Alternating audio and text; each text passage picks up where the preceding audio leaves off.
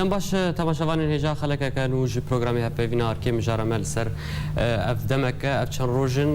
پارتیا اکتیاد دموکراتیک پیدی شرع رزگار کرنا باجار رقا راگهاندیه هر وها باندورا وی شرع لسر روجاوای کردستانی لسر ولاتی روجاوای کردستانی چیه تمام دمید چه پیدی ایریشی گندان دیگه و باجارو کن کرداد دیگه و خورتان دبه لشکریا نچارج بو و کیجی مواندریا بریز چتان علی نوری پارت توجره شخصیه کرد لسوریه لهرم کردستانی کریه بریز بخیراتی بخیره ده بسپاس تفجريان بارتيه تفجره بله شرع رقاية بچند روجن پیدی و چند تیزم بسروی و راگهاندیه باندورا وی کی شرع رقاي لروجاوای کردستانی لولاتین روجاوای کردستانی لخورتین ما لگنجی ما چیه؟ بعد بيجم جرك هنا كي مروشون دفع جري وكل كولين شد بي بله پیاده بویا دستهلات دبری کردی دا پیاده بویا خودی حمدشتی دبری کردی دا گرکا نبویرانگی بانا گرکا قبول کربانا السرخوا تفجرا سیاسی آل دبری کردی هی آگو دیروک ویا دریج هی گو خباتت که دبر مافو و ملت خدا لسوريا جركا ريكفتنك تشتن هبانا وكا ايغو تشيبو دا هولير يكو هولير دو دهوك انجي هناك نوتشيبو بانا جبر بري سوري الجوهرتنا مزنا بري سوري البويري قلكي مكلف وكا بعربي تيغو تشيدبن جبر فيكي دفي ام بزانن ببريارة شر وآرا واستاندنا شر و آبوری و آجواکی دسته کده و بچرنگی بکوفه دمشه یعنی اما ام دبینن نها پیاده بتنا خبریارا دستینه و باندورا ویجی ده انجام ده ملت کرد سوری بتوایی وردگره وی او یعنی تاثیر اوی سلبی هبه همجی جعالیه سلبی و هر ملت بتوایی را وردگره وهاجر يعني بسر كفتنن هبن هاجر دس خستنن تشتن هبن قزنجن هبن وكحزب بيادي او تاني قزنجاد كي داود نها شر نها ابدا وك بارتي قزنجاد كي نها افشر يقول دبيجن وي رقا ان باكوري رقا رزقار بكن بها مهنجيه انجي بتنسيق كيد ناف واو وكسنا دي تركي دا دبيجن بيستو نه بشي لشكري هاند ناف وادا بسر برشتيا امريكانا ويتشن على اساس دجي داعش ويا بكن راستا شري دجي داعش واجبه اركي همو كسي سوريا راستا دج من جركا دوري دفري كردي بي اف حمد شتي هاني راستا اللي تشتاج حمي راستر هاجر توافق واتفاق هبي تفجرا سياسي بهفرة متفق به وي وقتي درحتي الدم جعدا كردي شبكي وملتي كرد شيكي وبريوينا هجر تهلوكن هبن هجر شاشتين هبن وبالتاكيد كيم تربيج وقتاقو حزبك تاني وبريارا دستيني اودكي اما ام دبينن رقا ند ناب عردو اخاكا كردستانا سوريا دي راستا كسي كرد لهنا از 15 سال الرقای رونشت ما معمل ویداری نزدیک 25,000 کسی کرد لویداری هبون به 6,000 عائله هبون لویداری با کری رقای هناك گرک هنا حارن هنا صدی 6 هفته 8 هناك جه صدی نوت کرد هنا بله وی وقتی لزیدی جارکی کوچ بری چه بویش کرداج رقای بري قيرانا سوري دس بيبكي وبتايبتي بيشتي ويناجي وبتايبتيجي وقت داعش هات كتر قايدة بريارك تايبتي ستاند بدر حقي كردادا هاتن تبليغ كرن مال بمال كاغت الوابلا كرن اي كرد دفيج رقايدر كفيج برجبر هناك اقري وينا هابون شيء ويجا هجمارك قال لك هندك ما يد رقايدة افيك وحتى لو هجمارا زيدا جيها به هجمارا زيدا انها كردا الشامي جيها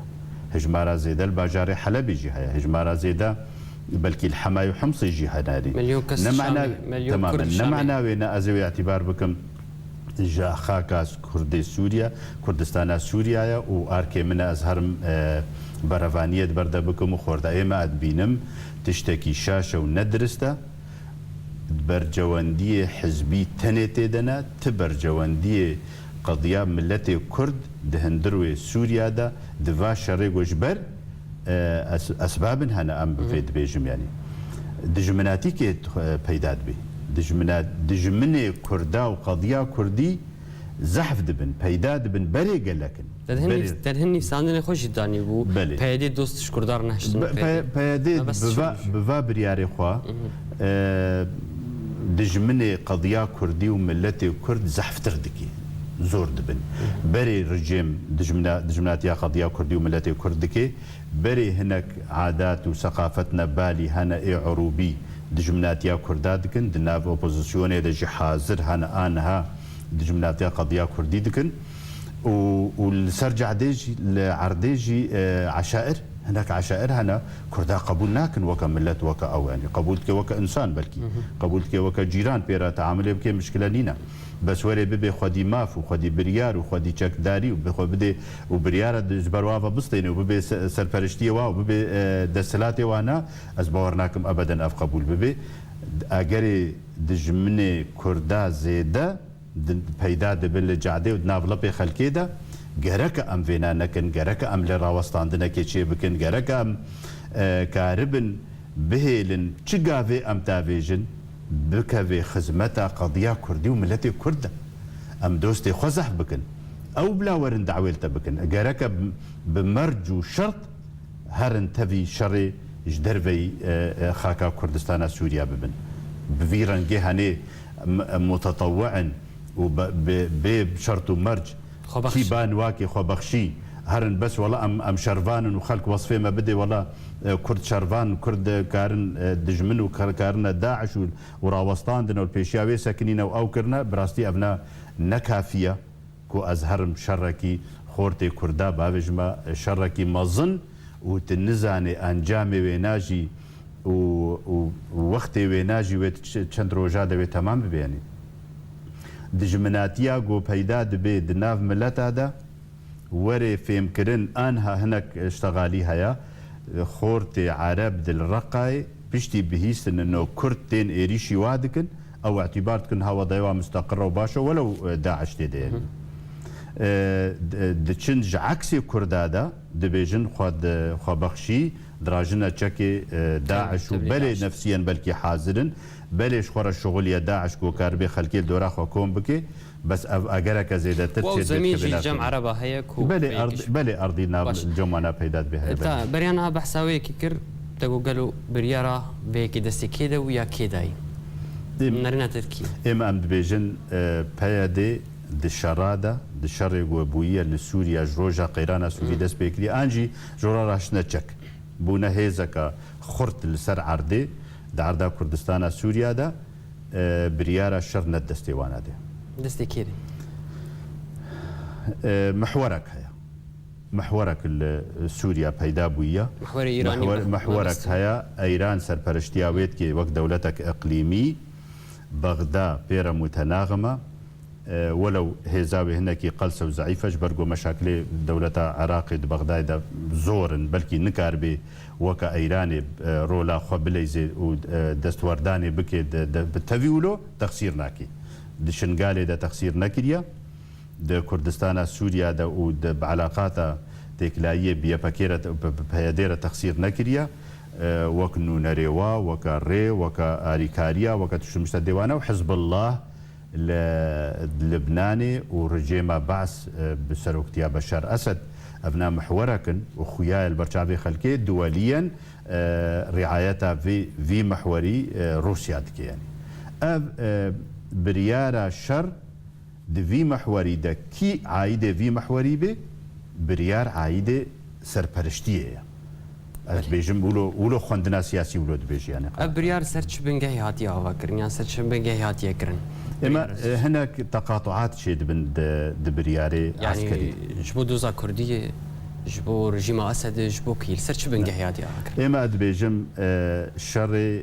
جو امريكانا سرپرشتياويت كي دجي داعش لكل عراقي ولسوريا دسريدا افيكا انه كي كاري بيرا شربكي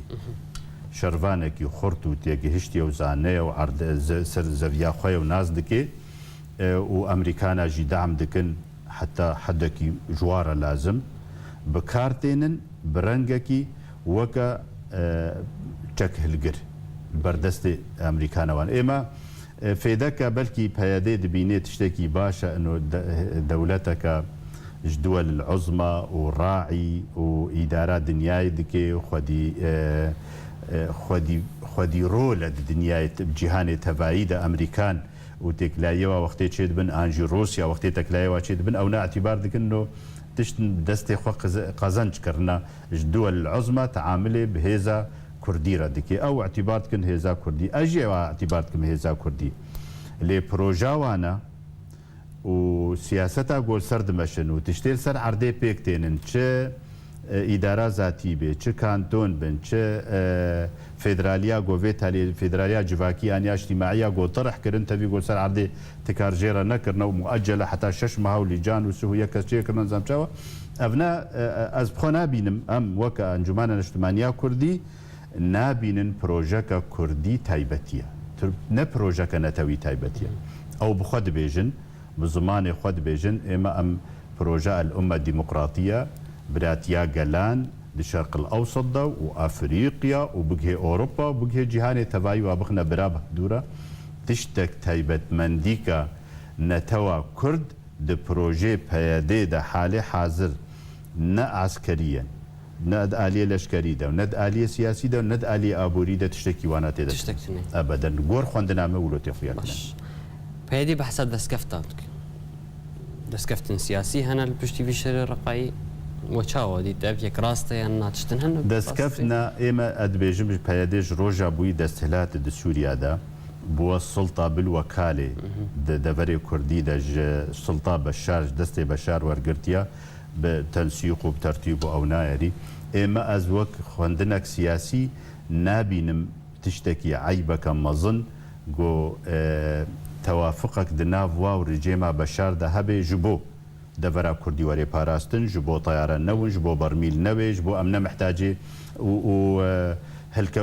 يعني هلوشاندنا رجيما بشار جي نجد فري كردي دسبيتكي حتى قوان بيجن قرأك الشركي بردوام برجيما بشار رفكن جبو قو هارتنا نظامي چيبه بأن هلوشاندنا نظامي چيبه ليه تشتي قو بدس خطخي بيادي دس كفتنا تایبەتی حزبینە حزب خۆ قەوین دەبێ ناوێ دەردکەوێ سیلاحی وێ قەوین دەبێ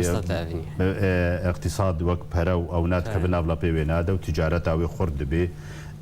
حزبك مثلا 2004 لە سووریا چێ بوویە ینی وەکە هاتیە دامەزراندن عەمرێوێ نەدرێژە و جه دەبوو قوناغا دەستهلاتیە و قوناغا گۆ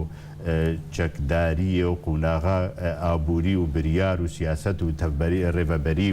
و ئیدارا زاتی بکەوێ دەستی ویناد و دەبەرێ کوردی بخێ دەستی خۆدا ینی وەکت بێژێ ئەڤنا سەر مستەوا حزبی حزبا پەیادێ بەلکی ژێڕەوەرێ نویساندن ئەنۆ سەرکەفتن ئاژی قازەنجن دەستخوا خستنە لێ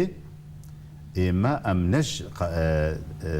قازەنجێ حزبی دەست پێ دکن ئێمە گەرەکە تەڤگەرا کوردی بتەڤایی خزمەتە ملەتێ خۆ دەبێ مافێ ملەتێ کورد لە سووریا چاوە تەسبیت دبن بە چ ڕەنگی دەبێ مەژی نەگوتیە دەبێ سووریا پارچە ببێ ئەم کوردستانەکە سەربخۆت سووریا دەخوازن پەیادێژی نەخواستی ئەڤنا نابێ کێماییکوان عیبەک خوێندنا سیاسی ولۆت بێژن مەسەلەن ئەم هەردوو بێژن گەرەکە سیستەما نیزاما سووریا پێشەڕۆژێ فێدرالی بێ فێدرالی نەماناوێنە فێدرالیا وەیە ئەوان نانە ئێمە ئەم بەسا خۆتکن ئەم بەسا فێدرالیا کوردیا گۆمە خوێندی و مەدیتی ئەنجی ئەم دۆزاوێ دکن ینی پەیادێ نەها بڤی ڕەنگێ هەنێ ژە حزبا خۆ تەنێرەت شوغلی نەش قضیا کوردی تەماری تەڤایی شوغلی پرۆژاوێ ولۆ دبێژێ سەرکردەوێ ولۆ دبێژن تەو ینی دەڤا دەمێ تالیدا هەگەر ئێمە ئەس دبێژم هەگەر بەرجەوەندیە نەتەوی تێدا هەبانە و دچن خۆرتا دگرن و ئێریشا دبەردنە سەر گوندا وەلەو بەلکی مژارەکە حالی خۆ بێت ئەرێ هەگەر وابانە تجارة ريل بيشيا بيشمرگي روج آفاي كردستاني ايغو پرورده بونا الهريما كردستاني ريل بيشيا وانات قفت امی ور سر فان هردو مجاراجی برز من نابرک بستین جارا کدن تفکرن تماشاوان هجان نابرک کرد جارا کدن و بکر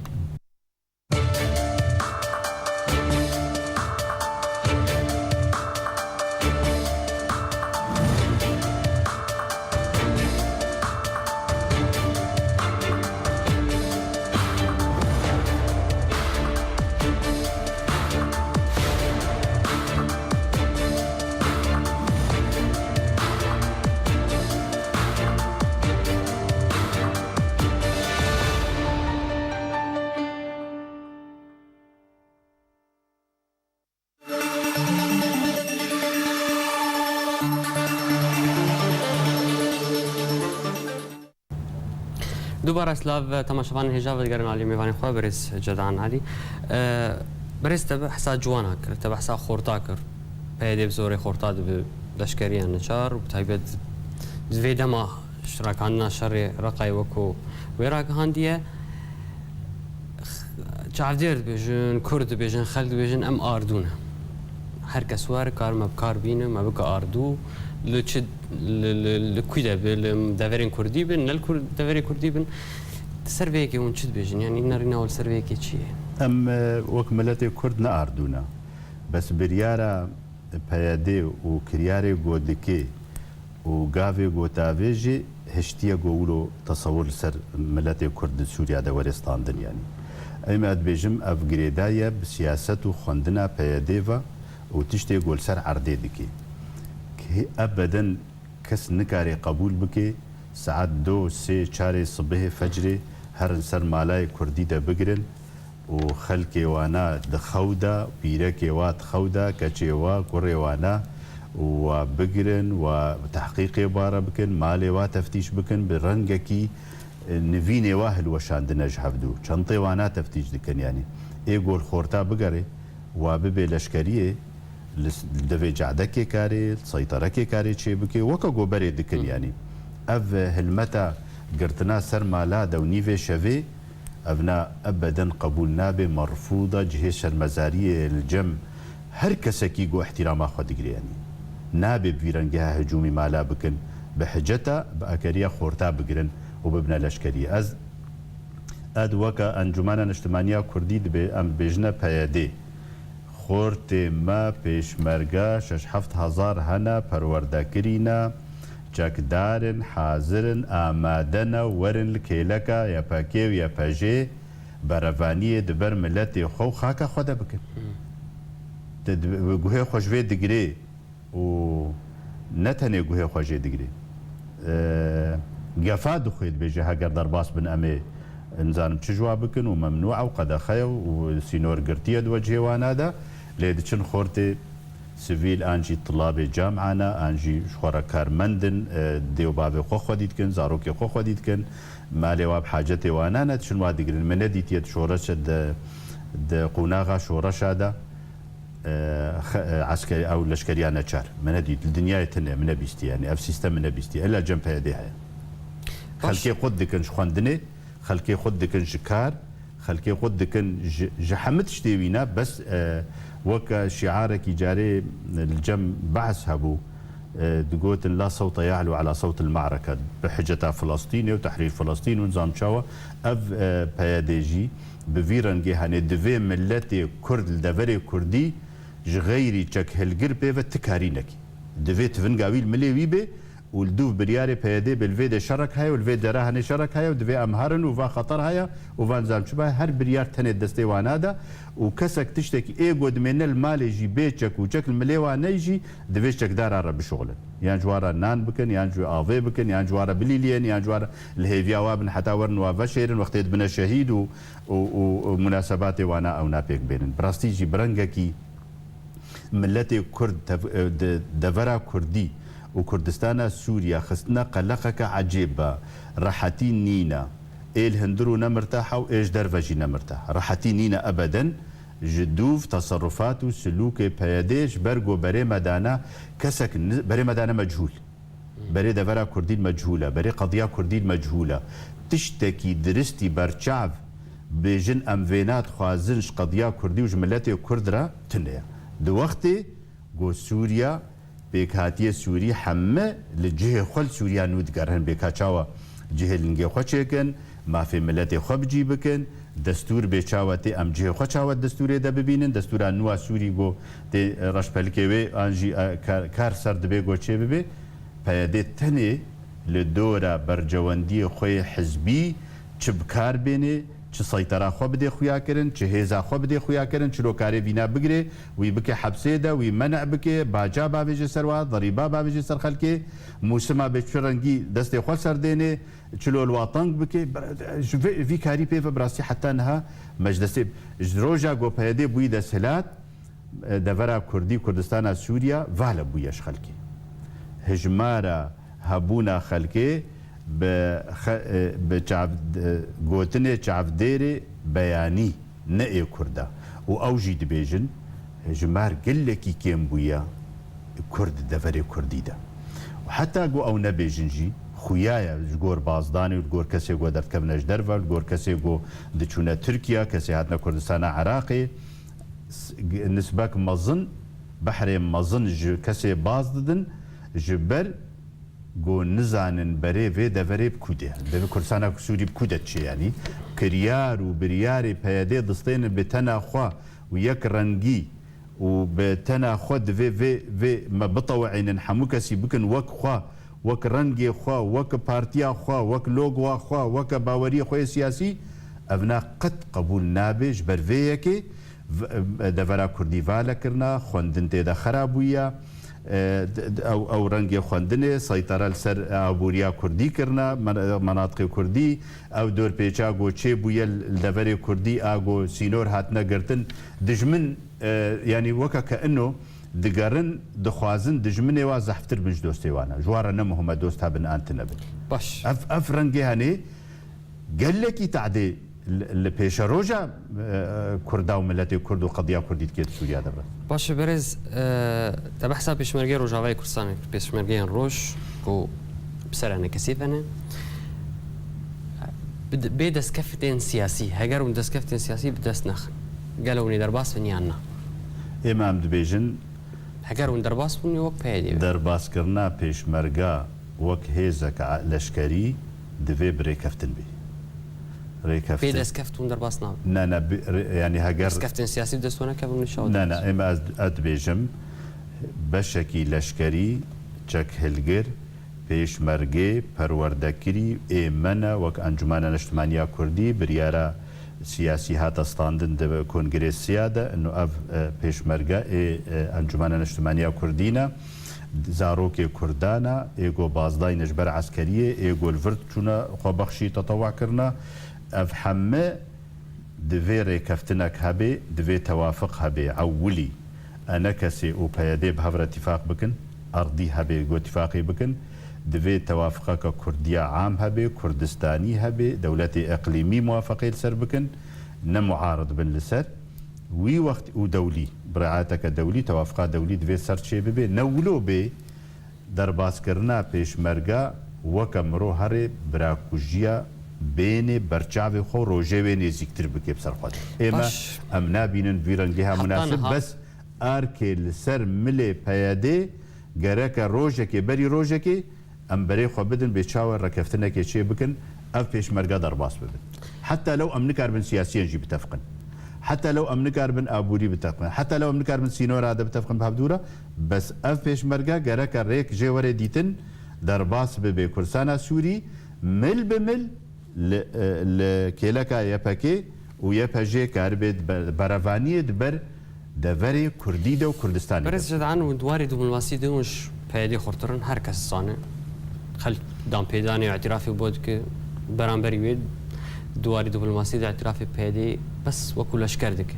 حتى انا هاف چند سال 3-4 سال پیشمرگه بوقتی 5 سال شی ببن هاتی دمزراندن وانی کارو ریچاره یک جور دیت با درواس کنی یا اعترافي بوام بکن دسکفتن سیاسی بدس بخن سدم اوی کی چیه اما از بيجم اف دولتين برياري شر وراوستاندني دستيوادنا وك امريكا نمونا روسيا امريكا وروسيا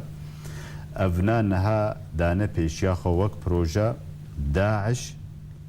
شر داعش بيشتري حمد تشتيا حمد بروجايا تدبينينها شورشها سوري دسبيكر ده وقت دسبيكر على اساس داخوا زاويه سركا جوهرتنا رجيمه بشاره دولتين داعم جيرا او اف بروجا دعم ذكرن تفو امريكاناجي لاحقا وقت داعش تشيبو كي تشيكر شلو تشيبو مخابرات دولي انجي اقليمي ان بشار الاسد دورار سركتي دهيا كوهش داعش تشيبو بيجبو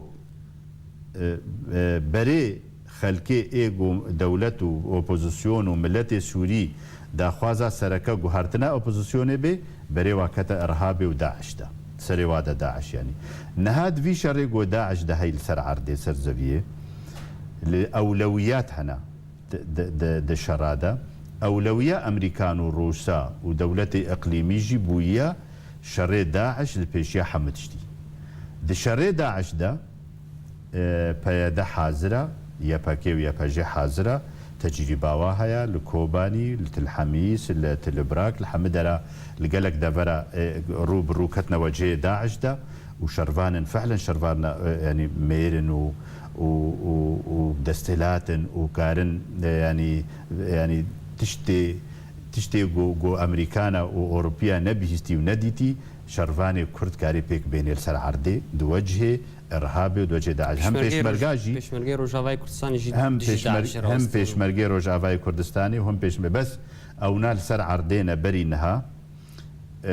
بروجا وانا متوافقه جبر سر ايشي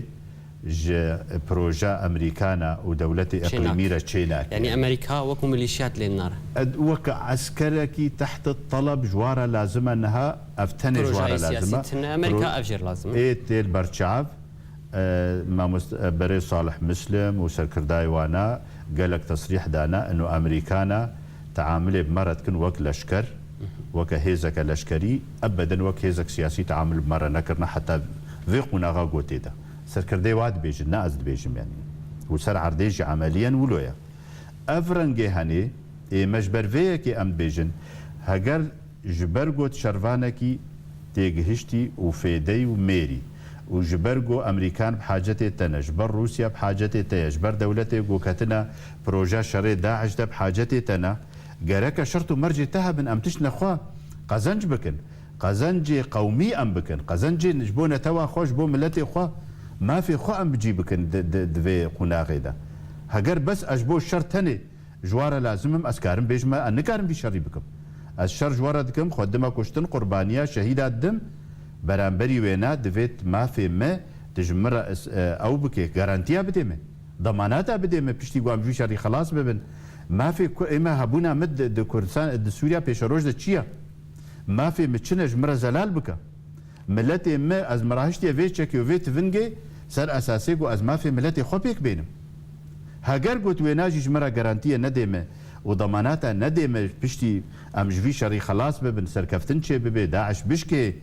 وهابونا من سوريا دا ازديسا فقر وقت العرب بيجي نقطه الصفر نابل جمرنا لازم افشري يعني برساميا داوي بيدي خورتن ما جوانين ما دكا اردو دبر نتشتكي ده اريانا بيدي حتى انها قرباني قودانا بيشكيش كرنا دو كردستان سوريا دا نجبو ما في ملتي كرد جبو برجواندية حزبي تاني حتى نهاد مشي لك سباس بريز جدعان علي نريد هفقرا جاك سازيا كرد